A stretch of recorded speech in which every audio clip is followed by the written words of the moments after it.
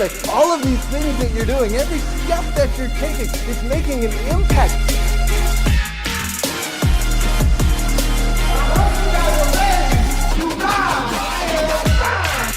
It's you that's got to walk the miles. You're the only one on this journey. This is your story. You get to write it. As long as you're looking around and worried about what everybody else has got going on, you'll never be able to write the story that you want.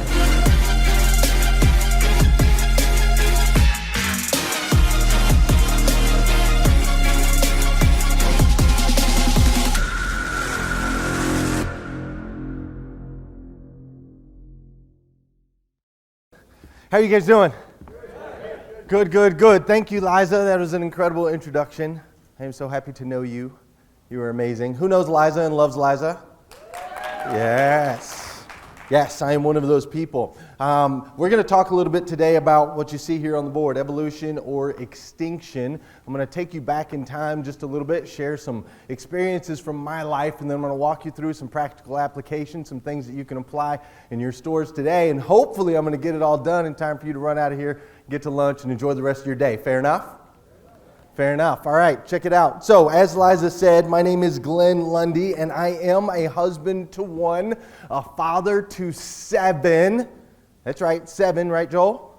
One of them right down here. Father to 7. I'm also the CEO and founder of of a company called Grow Your Business for God's Sake, where we're pouring into entrepreneurs, business owners, and business leaders around the country to help them to grow their business. I am also a 20-year automotive professional. I know I don't look a day over 25, right?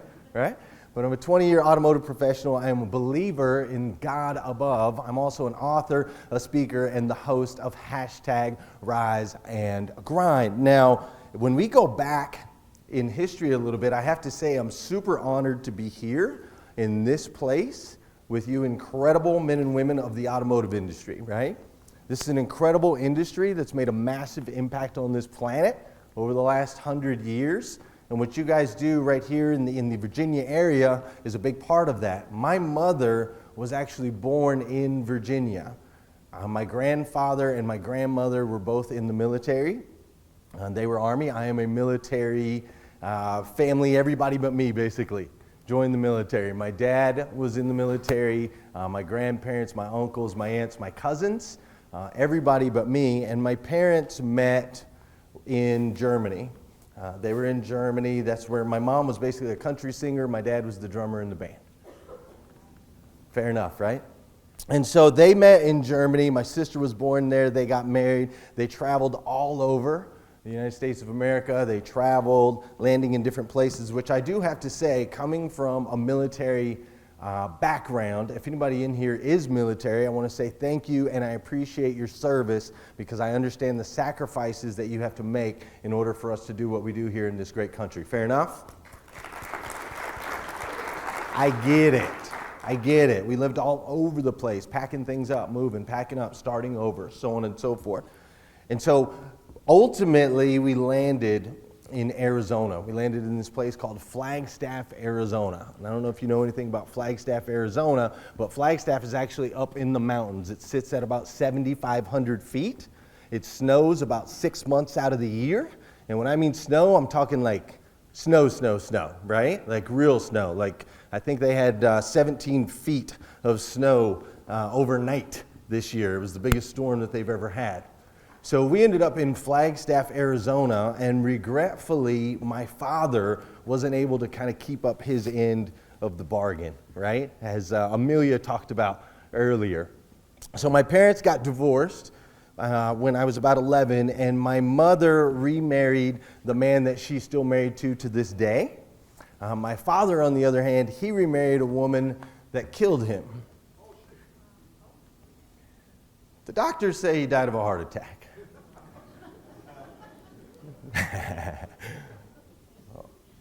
But I believe that he died of a broken heart. Because see, my father had reached a point in his marriage where he wasn't happy. He'd reached a point where he was waking up every day and he would go to work, drive a forklift all day long, come home, watch a ball game, go to bed, wake up the next day, go to work, drive a forklift, watch a ball game, go to bed. And one day he just laid down on a Sunday afternoon to take a nap, and he never woke up. And this was when he was 52 years old that I lost my father. Now the good thing is, and this is how I can say God is good, because my dad always told me when we were growing up, he said, son, when I die, all I hope is that I'm laying in bed and I'm comfortable with socks on my feet, right? That's what he used to tell me all the time. I just want to be in bed, comfortable with socks on my feet. And sure enough, that's how my dad went out, laying in bed on a Sunday afternoon with socks on his feet. Very, very, very comfortable. Now, I left out an important component of this story, and something that I want to share with you. You see, I come from a mixed background. My dad's black, African American, whatever word you want to use today. My mom was white. And so when they got together, it was a little interesting, to say the least, in the beginning. This was back back in the early 70s, and things were still a little interesting back then. And so I grew up kind of mixed, not kind of, but really, right? Mixed, half black, half white. And when my parents got divorced, it was interesting because my dad, who's African American, remarried a black woman, and my mom, being white, remarried a white man. And when they got together, it was, I don't know how this worked out. My mom still can't quite explain it, but my mom and her new husband moved into Greenlaw Garden Apartments on 7th Avenue in Flagstaff, Arizona, apartment 28. And my dad and his new wife and their 4 children moved into Greenlaw Garden Apartments on 7th Avenue in Flagstaff, Arizona, in apartment 30, literally 2 doors down from each other. We had one little bitty apartment in between that kept us separate. So this was a unique upbringing, to say the least, because literally every stereotype that you could possibly think of existed in these 2 houses. All right? Like, Dad's house was loud. We played basketball. We watched sports. Kids everywhere. She had 4 kids. They had 2 more. There was 8 of us in a 3-bedroom apartment. We were eating fried chicken, collard greens, drinking Kool-Aid. Every stereotype you could possibly think of existed in Dad's house. Mom's house, on the other hand, was kind of quiet. Mom could be found singing songs around the house. She'd be sitting on the couch, reading a book. They'd be listening to country music and rock and roll, hung out at the bowling alley, right? So I grew up right in between these 2 different cultures. And it was very interesting because it was full-blown on both sides. And as I grew up, at that point in my life, it was really difficult for me. It was difficult for me because I didn't quite understand where I fit in. My skin was too dark to be white. My skin was too light to be black. And so as a child, I really, really had a hard time understanding who I was supposed to be, what I was supposed to do, and where I belonged. As a matter of fact, one time they shuffled me and my sister down the hallway to give us some free books. In elementary school, it was this program that they had for Native Americans. So after they gave us all our free books, they came back and took them away from us a couple hours later. But I never really understood where I belonged, who I belonged with. And so on the surface, I would start to develop these relationships with people, and I got along kind of with everybody, but I really didn't have any deep, intimate relationships with anybody because I just didn't quite know where I belonged. So I became sort of a chameleon, per se, right? So depending on who I was talking to, that's who I became. Anybody experience that in their life? So if I was talking to Romaine, it'd be like, hey, what's up, Romaine? How you doing, dog? That's what I'm talking about. Did you see that game last night? But if I was talking to my friend Bob, I'd be like, hey, Bob, how you doing, brother? Did you check the NASDAQ yesterday? Right?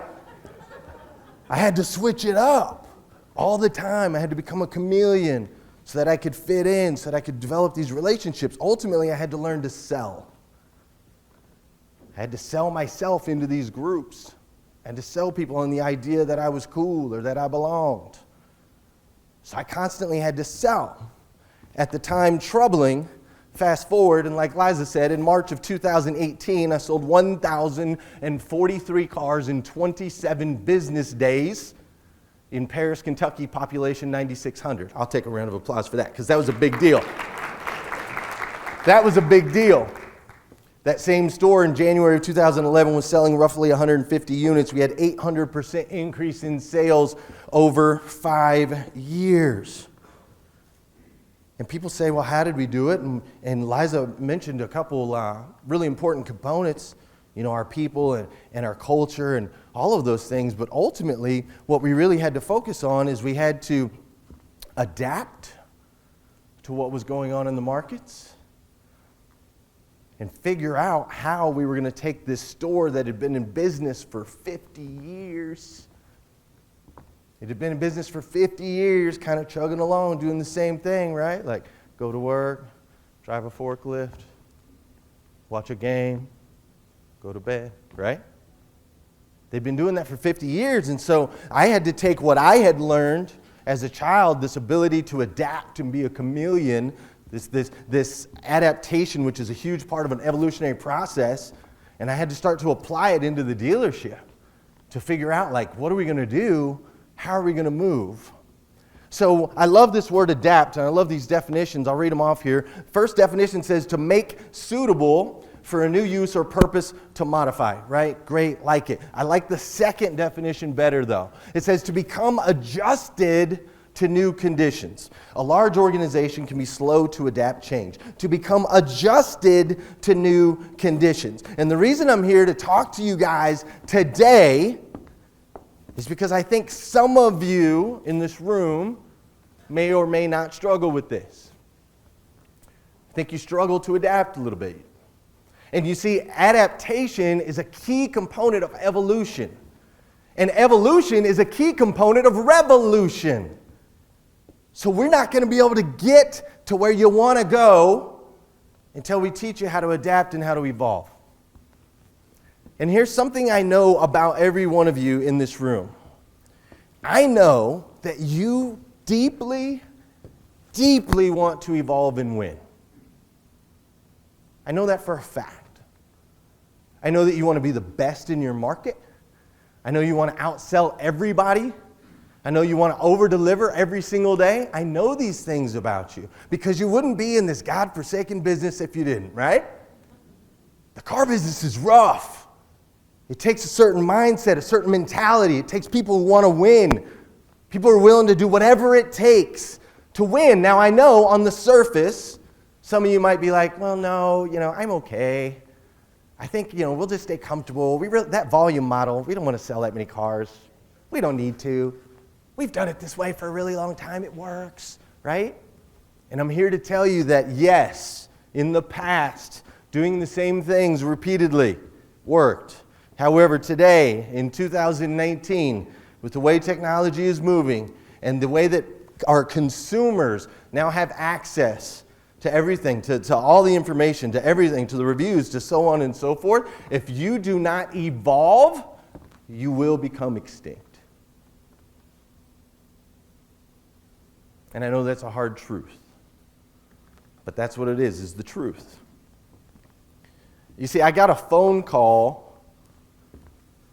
This was a while back, but one of the most probably important moments of my life is I received a phone call, and they said my grandfather, that one that I told you that was in the military his whole life, my grandfather was on his deathbed.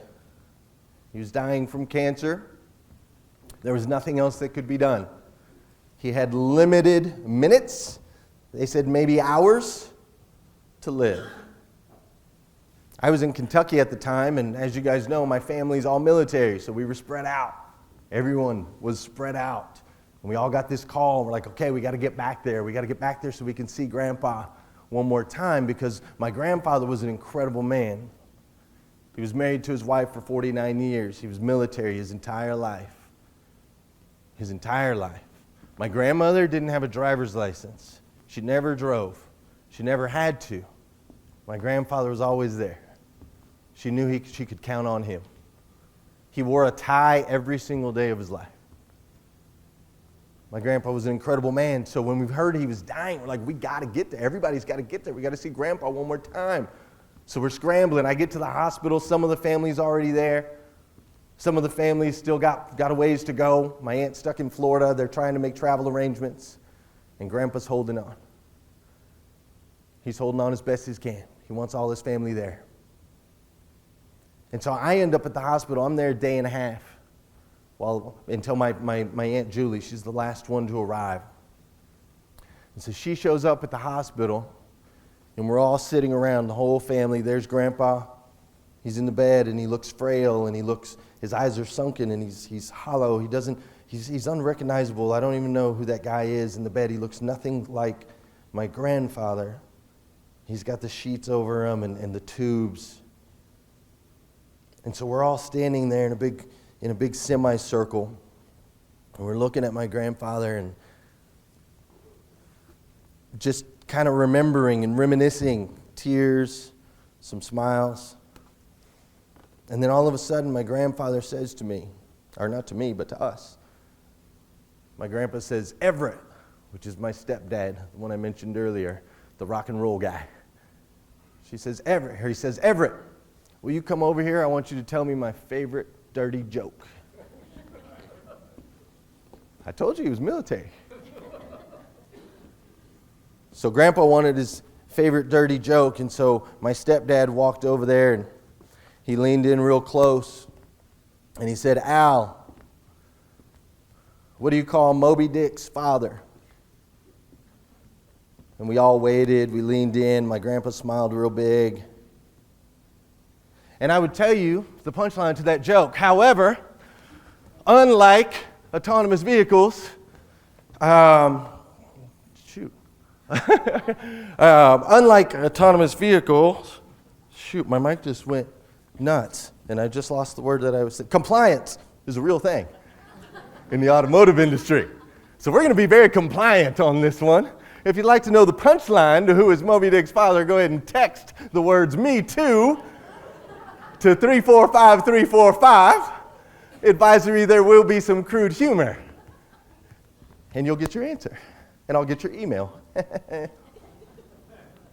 So we lean in, and Everett tells Grandpa the answer to the joke that you can get when you text that number.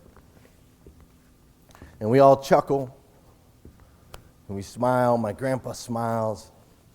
You see a tear. And then he looks over and he says, bring me my wife. So my grandma, she's about as tall as my 3-year-old. She's tiny. My grandma's like 4'2" or something. She shrinks every time I see her. But my little grandma, she walked over there and she climbed into bed with my grandfather, and he wrapped his arms around her. And in that very moment, he passed away. Socks on his feet, right? And that experience taught me two things. There was two tremendous lessons in my life that I learned from that experience. The first thing that I learned is that we are spiritual beings, period. Can't argue with me anymore. You can't tell me how this man who was on his deathbed, ready to die any minute, had the ability to hang on, to wait until his final family member arrived from Florida. Then he got to be told his favorite dirty joke, his wife wrapped up in his arms, and he got to pass away with a smile on his face. You cannot explain that to me with science. We are spiritual beings. The second thing that I learned from that experience is we are most comfortable in life right before death. Because you see, there was this moment right before Grandpa died. As he got told his favorite joke, as his wife was in his arms, there was this moment where the light came back in his eyes. You could see the color come back in his skin. It was like Grandpa was there all of a sudden. Before, it was this sunken, hollow shell. And all of a sudden, this man that I knew, this military man that took care of his wife for 50 years, that took care of all of us, he was back and he was comfortable and the pain was gone, because there is a moment right before death where we are most comfortable. And I don't know about you, but I personally am not ready to die yet. Are you? Because if you're not ready to die yet, then why are you seeking comfort? We are most comfortable in life right before death. I believe that you have not only the ability and the positions that you're in to make a massive impact on this planet, but I believe you have a responsibility. I really do. You've been blessed. Look at this place where we're staying. Are you kidding me? This place is absolutely beautiful. We get to get away, get to have meetings till noon, and then we're going to go golf, right? We're going to eat fancy foods. Like, we've been blessed. And there's a whole world of people out there that need you to win. We need you to buy more stores, to grow your stores, to sell more cars. Because if you make more money, you can now hire more people, which will make a bigger impact on the planet. I have 7 kids. Right, Joel? Mm-hmm. He'll tell you. He's only here because he doesn't want to be around the other 6 right now. I have 7 kids. These kids need jobs, man. They're going to need jobs. Good paying jobs. He's going to want to have a wife someday. He's going to want to have kids of his own someday.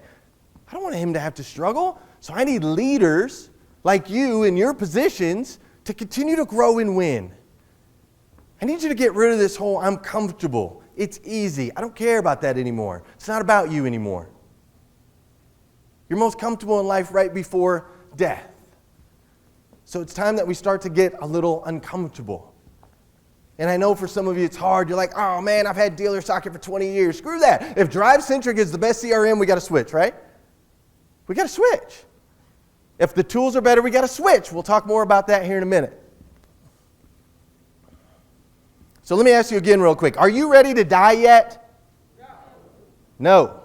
Okay, one more time. Are you ready to die yet? Okay, then we have to adapt and evolve. Fair enough? You guys with me? Everybody's with me. All right, check it out. So Glenn, wonderful. We get it. Thanks. Thanks for bringing up death and destruction and prejudices. Awesome. You got my attention. And how do I adapt and evolve? Well, really there's 3 areas: customer experience, online experience, and employee experience. And you've heard this a million times before, haven't you? You're like, well, Glenn, I already know that. Teach you something I didn't know. Customer experience, online experience, and employee experience. It sounds incredibly simple. But really, it's just like rocket science. You see, rocket science is defined as putting together all of the components necessary in a specific way in order to create a system that will safely launch a vessel into outer space. For the automotive industry, rocket science is defined as putting together all of the components necessary in a specific way in order to get a customer in and out of our showroom in less than 4 hours. Equally as important and equally as difficult, right? We sold 198 cars in 2 days, Labor Day weekend, 2018. 198 cars in 2 days. That's a car every 7 minutes for 20 hours. Okay, and when I say Labor Day weekend, I say Friday, Saturday, because we're closed on Sunday. Which everybody should be, just saying. 198 cars in 2 days. That was with 43 salespeople, 7 F&I managers, 5 sales managers, 2 appraisers. And I mean, we did every single step along the way. When I say we sold 198 cars, that means we did 198, well, more than that, but we did the meet and greet, did the test drive, we showed them the numbers, we did the walk-arounds, we sent them through finance, they actually signed up. If there's anybody in here not signing your customers up the day they buy a car, it's 2019, please join me on this. And I know you guys are looking at me like I'm crazy, but I was at a dealer a few months ago that did not sign people up the day they bought a car. Instead, they told them, okay, cool, agreement. We agree on a car deal. Great. I'll see you in 3 days when your car's ready. Seriously. They didn't sign any paperwork, no, nothing. Crazy. We did the entire process. We delivered the vehicles. We ran them through finance. We submitted the incentives. We pushed the OnStar button, right? Did everything 198 times in 2 days, 20 hours, car every 7 minutes.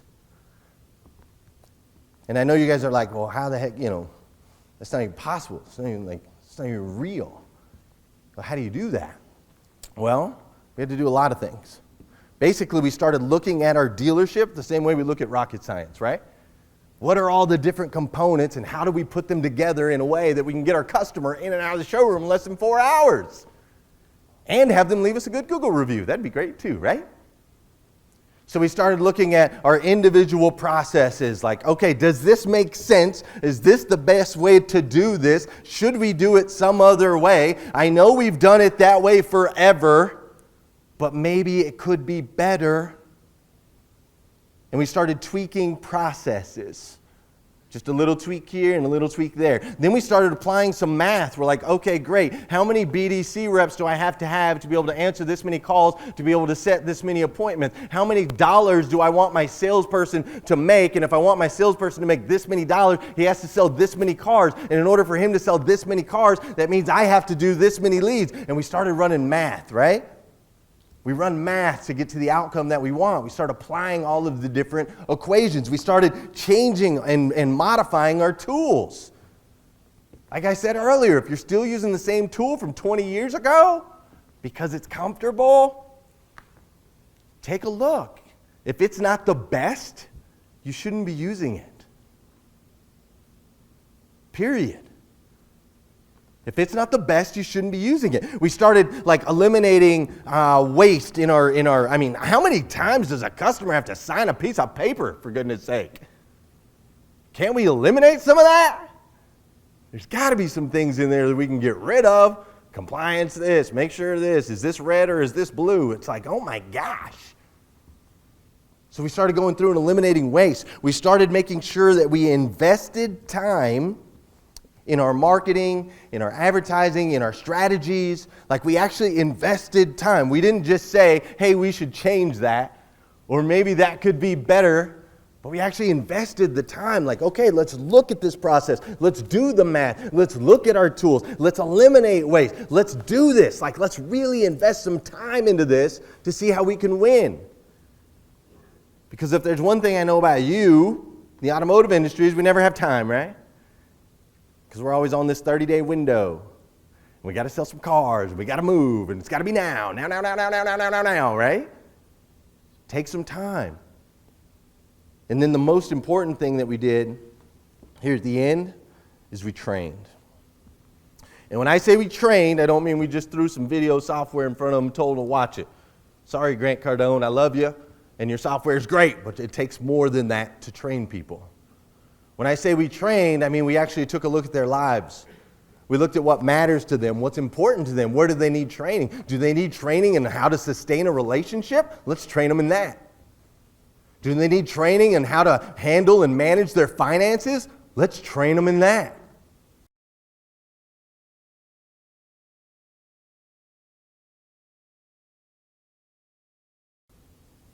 Do they need training on product knowledge? Of course. Let's train them on that.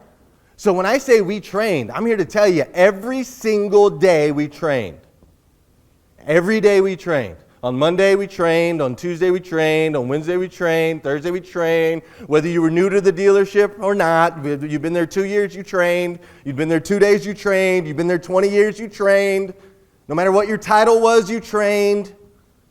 We trained every single day. And as we did our training every single day, then we would stand up, and maybe this comes from my military background, but we'd stand up at the end of every single training and we would say, I am on a mission to eradicate the negative stigmas associated with the car business. I can do this by making people feel special. Sorry, I just lost it. And I say it every day. I am on a mission to eradicate the negative stigmas associated with the car business. I can do this by making people feel special, feel important, and feel like they're the only one. I will offer an experience that will exceed my customers' expectations today, tomorrow, and in the future. I will not just sell cars, I will create fans. Hoorah, right? Every single day, my team would do it. And not only would we do it every day, we'd do it every day online so that all the other dealers could look at us and go, oh my gosh, these guys actually have like a mission statement. And they say it every day. And they mean it. And they live by it. Liza mentioned I started recruiting like crazy. We had people flying in from all over the country. We had people packing up, jumping on buses, doing everything they could to come work for me. Because we posted it every day. I am on a mission to eradicate. You could see it. People want to be a part of that. They want to be a part of a team like that. That's how we grew 800%. So we trained. And trained and trained and trained. And we trained ourselves to start to think differently, to think outside the box, to look at all the different things that we're doing and figure out how we can change it, especially our marketing, our advertising, and our persona online. Let me give you an example. This is let me back up real quick. Part of the reason we trained so diligently is that I understood and knew that the consumer's expectations of us is this. So with the expectation level being set low, all I got to do is train my people the right way and we can make a massive impact, right? Anybody ever heard of Chick-fil-A? Raise your hand. Is today Sunday? No? We can probably get some. I always crave it on Sunday. I don't know why. My kids too. They're like, Dad, can we have Chick-fil-A? I'm like, yes. No. What's so extraordinary about Chick-fil-A? The lemonade's good, chicken's good, but really they're just a little bit better than every other fast food place in the world, right? They're just a little bit better, and because of that, they have built this massive empire. It's incredible. So my mentality going in was like, okay, well, if that's the expectation right there, we can do better than that. Clearly we can do better than that. Let's just train our guys a little bit. Let's connect with our customers a little bit. Let's teach them to actually appreciate people a little bit.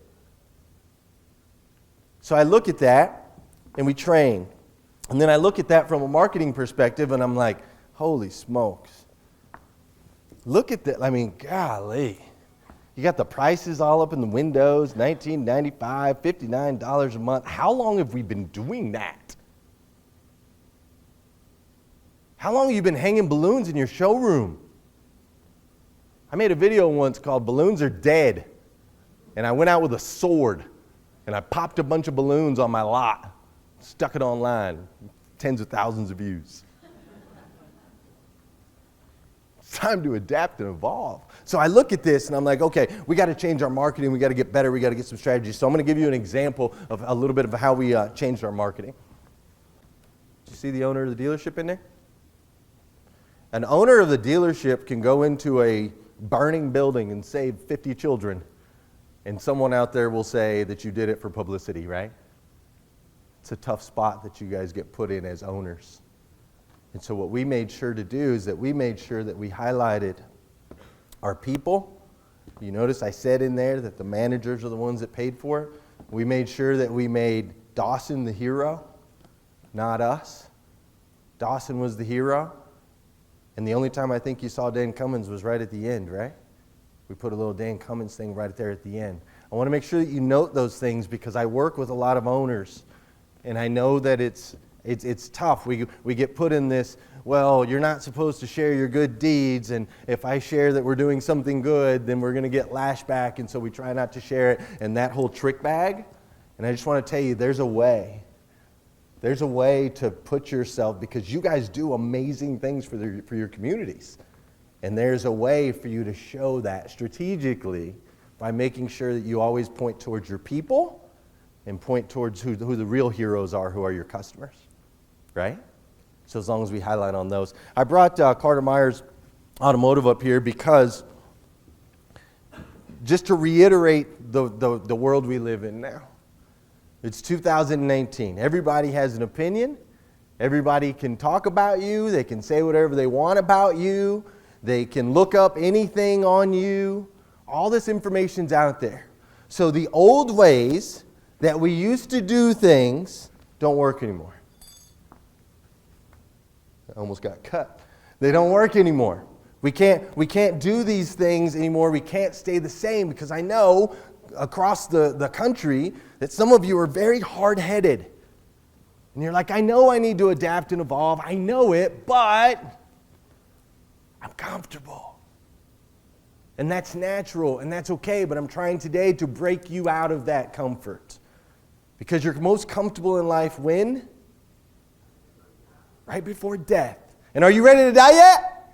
No. Okay. Are you ready to die yet? No. Okay, good. Then we got to learn. We got to learn to adapt, and we got to learn to evolve. So I'm going to show you one massive way. If you will focus on this one area more than any other area, you will quickly adapt and evolve. Millennials.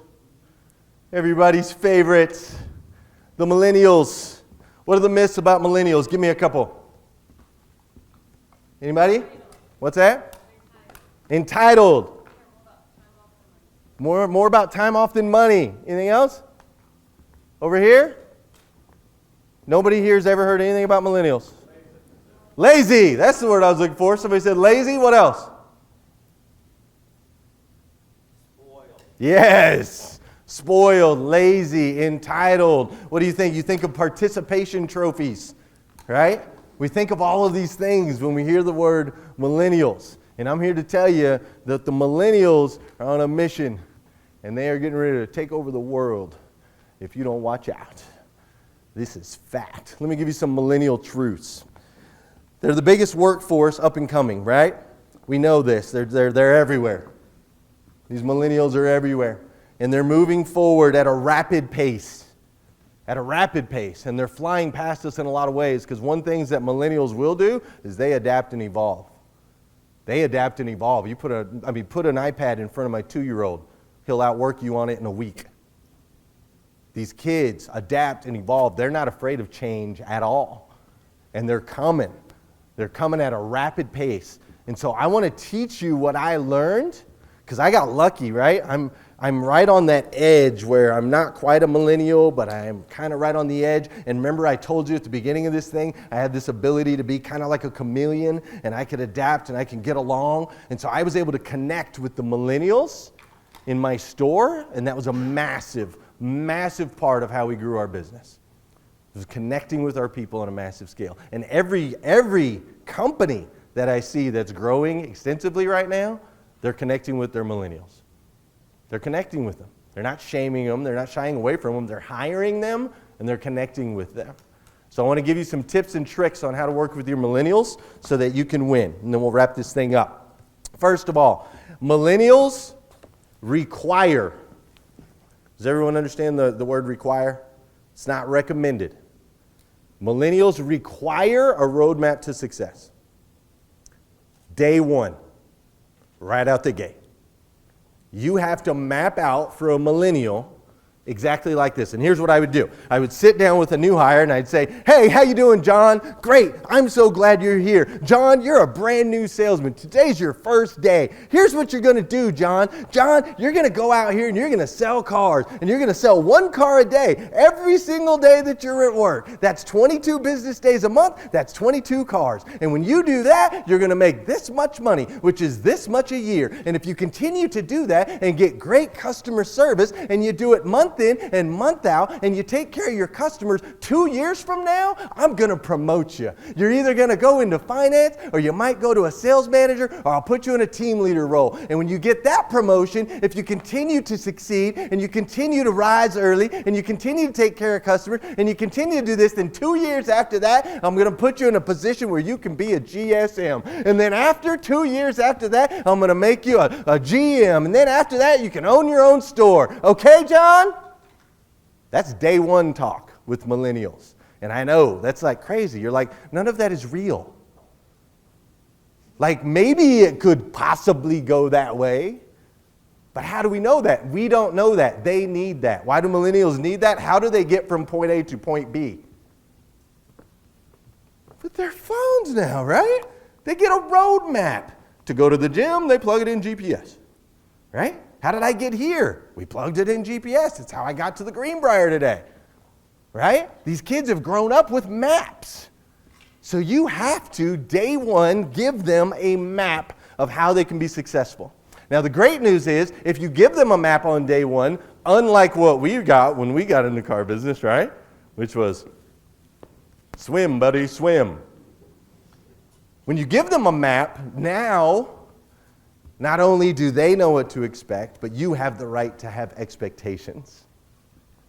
And that's a big deal. So 3 months from now, when you're talking to John, and John's going, I just don't know. I haven't been, I'm not making a whole lot of money. I don't know. You can look at John and be like, John, remember day one, we told you, 1 car a day, every day that you're at work, you got to sell 22. If you sell 22, you'll make this much money. If you make this much money, you do it for this long. You do it for 2 years, then you're going to blah, blah, blah. We told you. We set the expectation up front. So it's a win-win on both sides. The millennial knows what to expect, and you guys know what to expect. We are horrible at this in the auto industry. So I want you to start today. Second thing that I need you to do, and we've already hit on it a bunch of times, but I'm going to continue to hammer it. They need proper training. You have to train them properly. You can't my son's in here. You can't do this halfway. You got to train them properly. Sometimes that takes a little bit of an investment. Sometimes that takes getting outside of your comfort zone. Sometimes that takes you being in the meeting. Like consistently.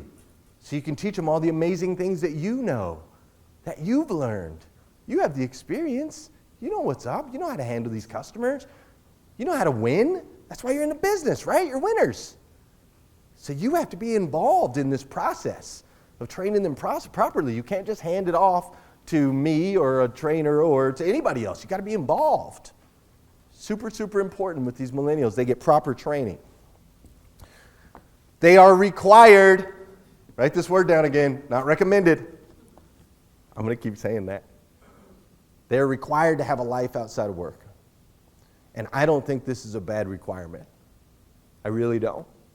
There are ways to be successful, highly successful, without having to put in 80-hour work weeks, ding-to-dong, every single day of the week, no life outside of the dealership. There are more ways now to do that than ever before. Before, when I was in the dealership back in, a long time ago, 18, 19 years ago, when I was in finance, and I was having to come into the office at like 6 a.m. and take my stack of deals and fax them all over to the banks, right? We just had to stick them in the fax machine.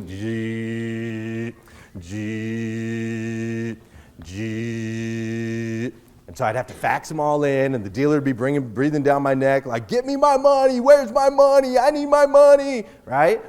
And so I'm like, it's coming, boss, right? Back in those days, I had to get to work like super, super early so that I could get those deals punched out, because then I had to wait for the bank to give me the call back to tell me what was missing and the funding, blah, blah, blah, blah, blah, blah, right? And I had to sell cars in between there. Nowadays, I push a button, it's like, ding, approved. What? Ding, ding, ding, funded. Huh? Are you kidding me? The technology has sped up, but yet we've still got everybody slaving away at 80 hours a week. It's not necessary anymore. It is no longer required. What is required is that these people have a life outside of work. Not only required, but that's what's fair. I've been on both sides. I did 7 years where I had every other Sunday off. And I worked open to close. Here's what I ended up getting out of that. A lot of debt, really, because I spent money like crazy. I lost custody of my 6-year-old child. I split up with my ex. I ended up moving out of Flagstaff, Arizona. I spent time homeless in San Diego, California. That was my reward for 7 years of 80-hour work weeks. I had no life outside of work. Now I've been on the other side, where we had a little bit of flexibility. I still put in some 70-hour weeks. Don't get me wrong, I was the GM of the store. I still put in some work. But my guys, my team, late ins, early outs, day off in the middle of the week. They're still rocking 22 cars apiece. Some of them knocking 30, 40, 50. Why? Because their relationships are strong outside of work. Because they get to see their kids. Because they're not worried about their cars getting repoed or any of this other stuff. I'm so glad he's here. Are you following me on this one?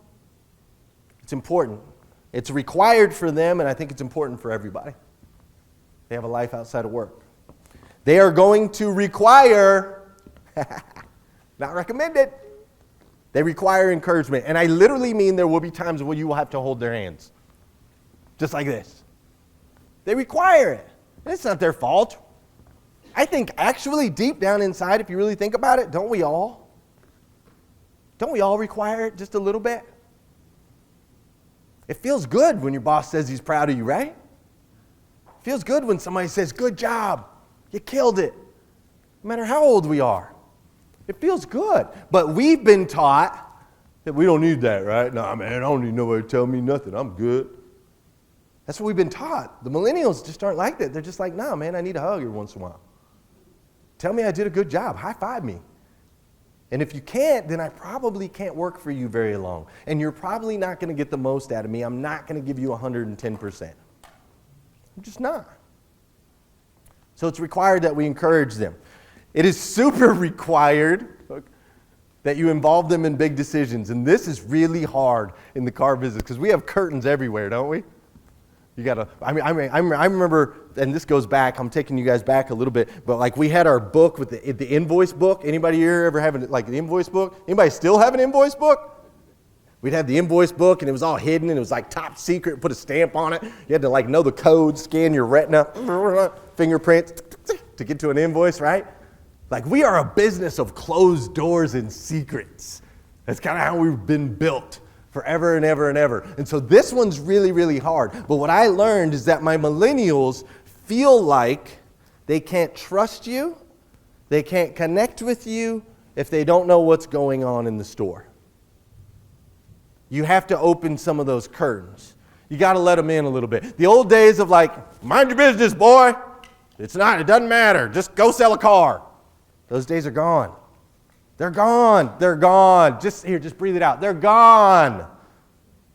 Seriously, they're gone. They don't exist anymore. Well, I just wish those kids would toughen up. Not going to happen. They're gone. You can't kick them in the teeth anymore. Sorry, it was fun while it lasted. It's gone. You can't. Now we have to involve them. We have to let them know. So I would sit my team down and go, okay, guys, check it out. Here's what we're going to do. We're going to go buy 4 acres over here. And we're going to put some more cars over here, and this is what we have as our advertising plan, and here's our strategy, and we're going to launch this, and we're going to go over here, and we're going to do this, and this is the plan. You guys good? Everybody on the same page? We're all on the same team? Cool. I am on a mission to eradicate negative stigmas. And then they go out there and perform. Because I would involve them with the big decisions. Now, don't get me wrong. Don't misinterpret that word involve. Involve means they know about it. Doesn't necessarily mean they have a say in it. Let's just clarify. But they did know about it. And when I involved my team, guess what happened? My team became more involved in the success of our dealership. Here's the last thing. You got to pay them well. I think this is the last thing. There might be, yeah. You got to pay them well. You have to. It's required. It's not a recommendation. Here's why. Does anybody know that kid's name? His name's Ryan. Guess how much Ryan made last year on YouTube? $27 million. Ryan made $27 million opening toys on YouTube last year. Ryan is a friend of the millennials. Let's use him as a metaphor. So if I'm a millennial and I walk into your store and you're like, okay, here's what's going to happen. You're going to work 80 hours a week. You're going to make like $4,000 to $5,000 a month, right? You're going to have no life outside of work, and you're going to love it. Go sell a car. And then they're like, my buddy John just made $200,000 on Instagram last year, like selling underwear. And you're asking me to go work, do what? Doesn't comprehend. It doesn't make sense to a millennial when Ryan can make $27 million that they got to go into your store for pennies and scraps. It doesn't work. So you have to pay them well. You have to. It's required if you want them to go all in. Otherwise, you will lose them. They will continue to rotate in and out of your store. And as long as they continue to rotate in and out of your store, you do not have the ability to evolve into the big, bad dealership that you need to be. Doesn't work. Culture is king. Culture is everything. You can't develop culture 18 months at a time. It develops over years and years. Look at the tradition of this place. You feel it, right? This place is electric. You feel it. You know the history that's here. When you walk into the store that I used to run, you felt it. The instant you walked in the door, you knew, because we had this solid foundation that we built over time. All of my guys were well paid, highly paid, well above market. Well above market. And I fought with the owner on it all the time. But well above market, but they deserved it. They earned it. We grew 800% in 5 years. Are you kidding me? Pay them whatever. We're winning, right? Are you okay with paying your people if you're winning? Right? So they have to be paid well. Now listen, all of this is super, super important. They're super important because if you can get the millennials on your team, they have access to the world. They have access to everybody.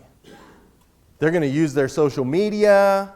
They're going to text their friends. They're going to post their reviews. They're going to call. They're going to use this. They're going to use that. Like, they have full access. They're going to go live. They're going to talk about your store. They're going to tell all the stories. Sometimes you're going to be like, oh, should I let them brand themselves? Yes!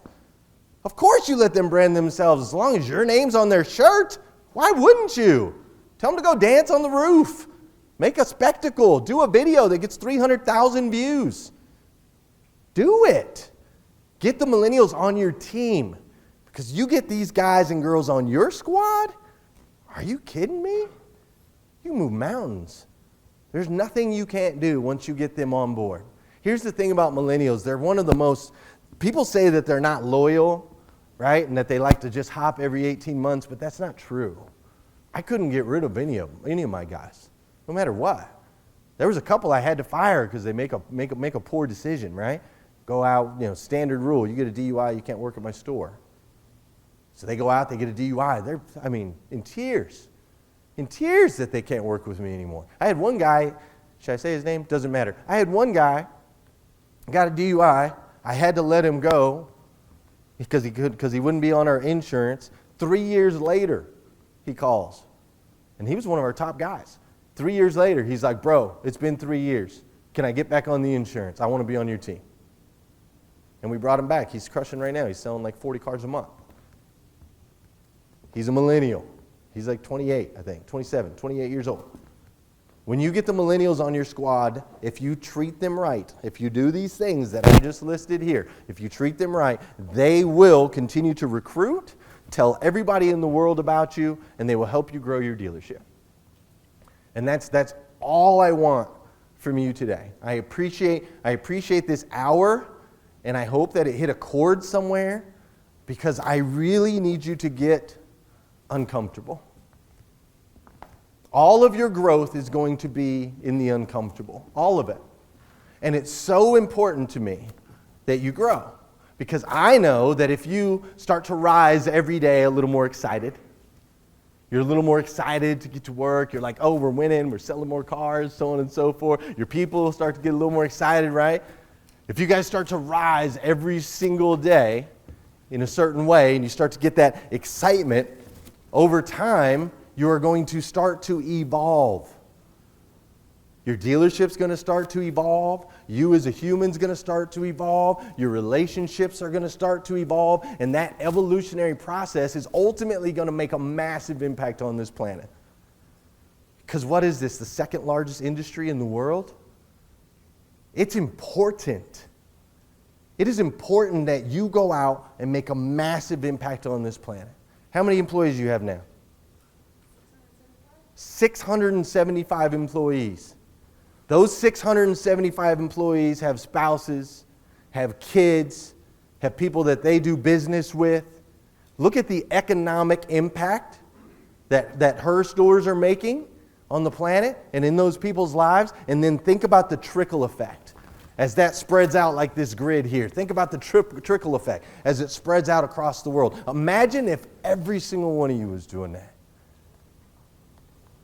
Imagine if all of us were just growing our stores, employing 600, 700, 800, 900, 1,000 people.